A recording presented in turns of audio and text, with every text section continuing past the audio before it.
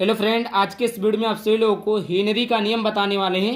Henry के नियम की सीमाएं तथा हेनरी के नियम का अनुप्रयोग, उसके साथ साथ हम आपको राउल्ट का नियम भी बताने वाले हैं। तो यहाँ पर देखिए, राउल्ट का नियम हम फिगर के माध्यम से समझाएंगे, हेनरी का नाम भी आपको फिगर के माध्यम से समझाएंगे ताकि आपको रटने की आवश्यकता ना हो। एक एक अक्षर को आपको समझाया जाएगा बिल्कुल आसान तरीके से, आप बोर्ड में एकदम फोड़ कर आएंगे, 100% की गारंटी है। तो सबसे पहले हम समझ लेते हैं कि हेनरी का नियम क्या होता है। जी बच्चों, हम सबसे पहले पढ़ेंगे हेनरी का नियम क्या होता है और किस टॉपिक पर वीडियो चाहिए आप लोग कमेंट करना। वेरी मोस्ट इंपॉर्टेंट टॉपिक होने वाला है ये, चाहे जो बोर्ड परीक्षाएं हो सब में पूछा जाता है। तो सबसे पहले जान लेते हैं हेनरी का नियम होता क्या है। तो देखिए, इस नियम के अनुसार स्थिर ताप पर, स्थिर का मतलब क्या होता है कि कोई निश्चित मात्रा लीजिए, मतलब 40, 50 डिग्री, 30 डिग्री, मतलब कुछ भी। तो इस नियम के अनुसार ताप क्या हो, स्थिर हो। किसी दरों में गैस की विलेयता दाब के समानुपाती होती है। क्या लिखा आपने बच्चों, इस नियम के अनुसार किसी स्थिर ताप पर किसी दरों में गैस की विलेयता, तो गैस की घुली हुई गैस की मात्रा यम जो होती है, दाब क्या पी के क्या होती है, अनुक्रमानुपाती होती है। यही चीजें लिखा है ना, देखिए सॉरी, अनुक्रमानुपाती है, समानुपाती, बात एक ही है। क्या लिखा, इस नियम के अनुसार स्थिर ताप पर, इस नियम के अनुसार स्थिर ताप पर किसी दरों की विलेयता, किसी दरों में गैस की विलेयता, तो किसी दरों में गैस की विलेयता नहीं, घुली हुई गैस की मात्रा किसके समानुपाती या अनुक्रमानुपाती होता है, वो दाब के अनुक्रमानुपाती हो। दाब मतलब पी। अब देखिए, आप इसमें समानुपाती या आप अनुक्रमानुपाती में कंफ्यूज हो जाएंगे, तो मैं बता दूं कि समानुपाती और अनुक्रमानुपाती एक ही होता है, इसमें दो नहीं है। अनुक्रमानुपाती और समानुपाती एक ही है। तो ये होता है। अब देखिए, अनुक्रमानुपाती का नियतांक घटाएंगे तो क्या आएगा, के। ये आपको कांस्टेंट पता रहता है सबको। यहाँ पर हमने ये इसलिए लगा दिया क्योंकि ये हेनरी नियतांक है, तो इसमें दिक्कत लेने की कोई भी आवश्यकता नहीं है। यम बराबर पी, यम बराबर यम के पी हो जाएगा, या बराबर आप लिख सकते हैं यम के एच पी लिख सकते हैं। एच का ये दर्शाता है कि हेनरी नियतांक है, ये यम बराबर के पी लिख देंगे, गलत नहीं होगा। अब यहाँ पर जो आपका यम है प्यारे बच्चों, वो है घुली हुई गैस की मात्रा। मतलब जैसे कार्बन डाइऑक्साइड है, तो कार्बन डाइऑक्साइड एक गैस है, तो इस दरों में कितना गैस घुला हुआ उसकी मात्रा। के एच हेनरी का नियतांक, पी आपका इस पे दाब कितना लग रहा। अब भाई कोई भी गैस डालेंगे, कुछ भी डालेंगे, तो इस पे दाब लगाना पड़ेगा, मतलब दबाएंगे ना तो दाब लगाना पड़ेगा। तो इसी दाब के क्या होता है, अनुक्रमानुपाती होता है।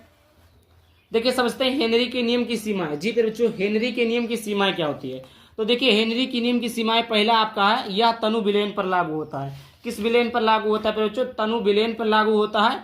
यह उच्च दाब, दाब क्या हो प्यारे बच्चों, दाब यानी पी आपका जो है, दाब ये आपका उच्च हो। दाब क्या हो, उच्च हो तथा उच्च दाब तथा निम्न दाब प्रकार करता है। उच्च दाब तथा निम्न दाब प्रकार करता है, मतलब चाहे दाब उच्च हो, प्रेशर उच्च हो या प्रेशर लो हो, दोनों प्रकार करता है। तीसरा है, वह उन गैसों पर लागू नहीं होता जो विलायक से क्रिया नहीं करते।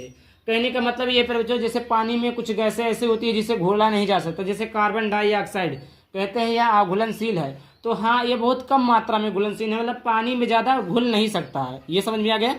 तो यह उन गैसों पर लागू होता है। उन गैसों का मतलब जो पानी से विलायक, मतलब पानी से क्रिया नहीं करते, जो पानी से क्रिया नहीं करेंगे उन गैसों पर लागू होता है।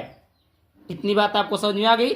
3 पॉइंट था, यह तनु विलयन पर लागू होता है, यह उच्च दाब तथा निम्न दाब पर कार्य करता है, यह उन गैसों पर लागू होता है जो विलायक से क्रिया नहीं करते। बात कर लेते हैं इसके अनुप्रयोग की। जी बच्चों, इसका अनुप्रयोग देख लेते हैं। तो इसका अनुप्रयोग है, पहला अनुप्रयोग है शीतल पेय पदार्थ की, शीतल पेय पदार्थ की।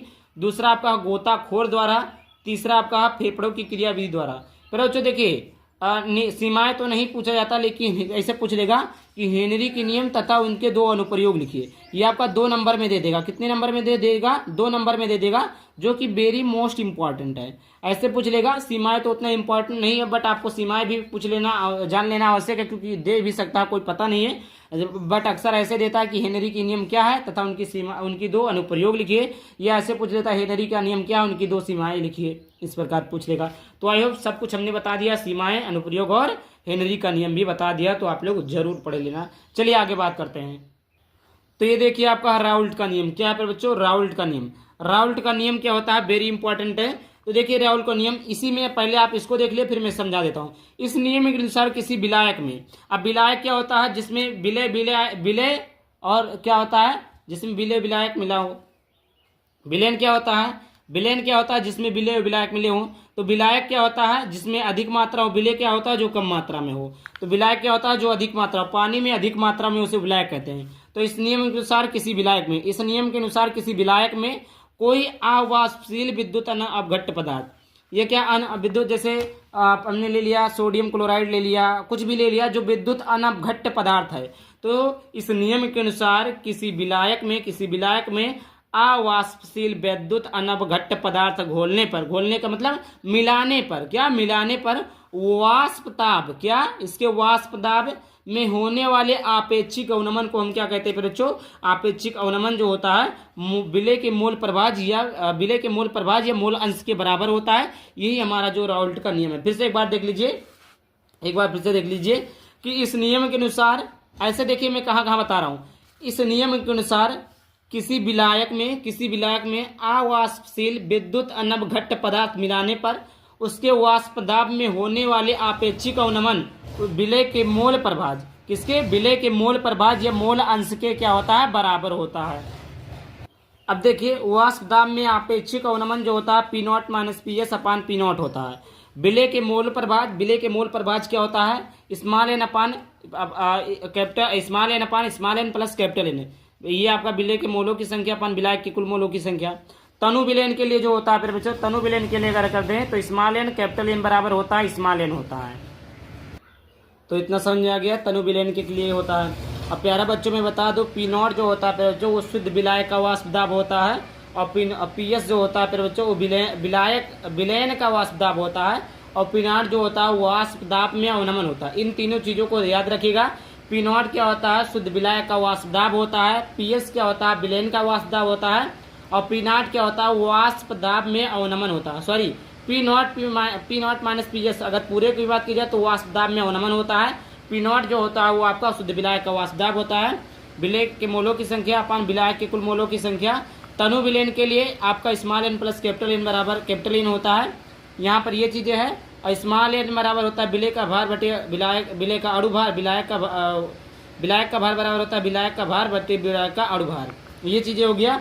अभी इसके स्थान पर स्मॉल एन के स्थान पर ये रख देंगे, कैपिटल एन के स्थान पर ये रख देंगे। तो ये आपका P naught minus P S upon P naught बराबर small W upon capital N upon में capital W upon small M. अब यहाँ पर मैं दिखा देता हूँ, अगर आप लोग जानकारी के लिए देख दें। सिर्फ विलायक का वाष्प दाब होता है पी नॉट होता है, विलयन का वाष्प दाब पी एस होता है, वाष्प दाब में अवनमन P naught minus P S होता है। अब यहाँ पर डब्ल्यू और एम का मतलब भी मैं समझा देता हूँ, यहाँ पर है, नहीं तो बोलेंगे गलत है। स्मॉल डब्ल्यू में विलेय का द्रव्यमान, स्मॉल एम मतलब होता है विलेय का अणु भार, और कैपिटल डब्ल्यू मतलब होता है विलायक का द्रव्यमान, और द्रव्यमान में होता वही भार, और कैपिटल एम का मतलब होता है विलायक का अणु भार। इतना था। आई होप अगर किसी और भी टॉपिक पर चाहिए वीडियो तो आप लोग कमेंट करिएगा तो मैं बना दूंगा। आई होप वीडियो पसंद आया हो। वीडियो पसंद आया तो वीडियो को लाइक करके चैनल को सब्सक्राइब करना। चलिए मिलता है किसी नए टॉपिक के साथ, तब तक के लिए बाय बाय, थैंक यू, जय हिंद जय भारत।